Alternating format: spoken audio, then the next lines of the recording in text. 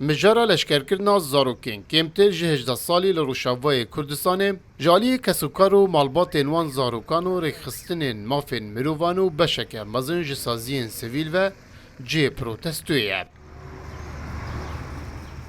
پارێزەر و نویسکار و مافناس جەمیل ئیبراهیم ji tora medya Rûdawê re behsa vê mijarê dike. Em jiwan aliya dixwazin, ji we aliyan peywendîdar dixwazin çi meslo mehevdê bi, çi êdin bi, çi rêveberiya xweser bi, gevan zaroka vegerînin cem dê û bavê wan,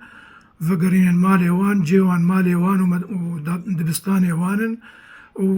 pabendî bi taybetî pabendî wan rêkeftin û peymannameyek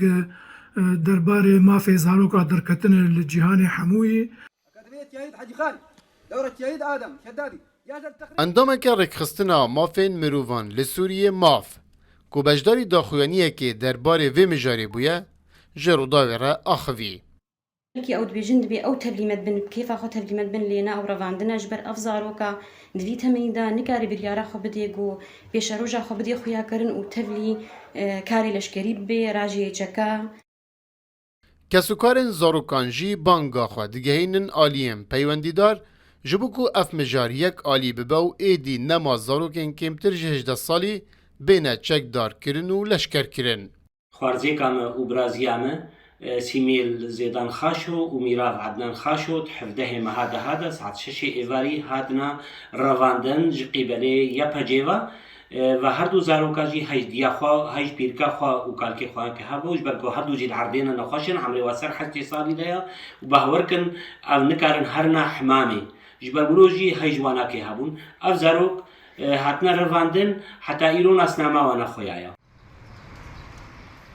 Di vê mijarê de roja duşemê 22 cudmeha 2023 hejmarek ji rêkxistinan di daxuyaniyeke hevbeş de leşkerkirina zarokan li Rûşavayê Kurdistanê protestû kir û daxwaz ji aliyên peywendîdar kir ku ew zarok bêne vegerandin bû nava malbatên xwe û nema bêne derbazkirin nava rêzên hêzên leşkerî.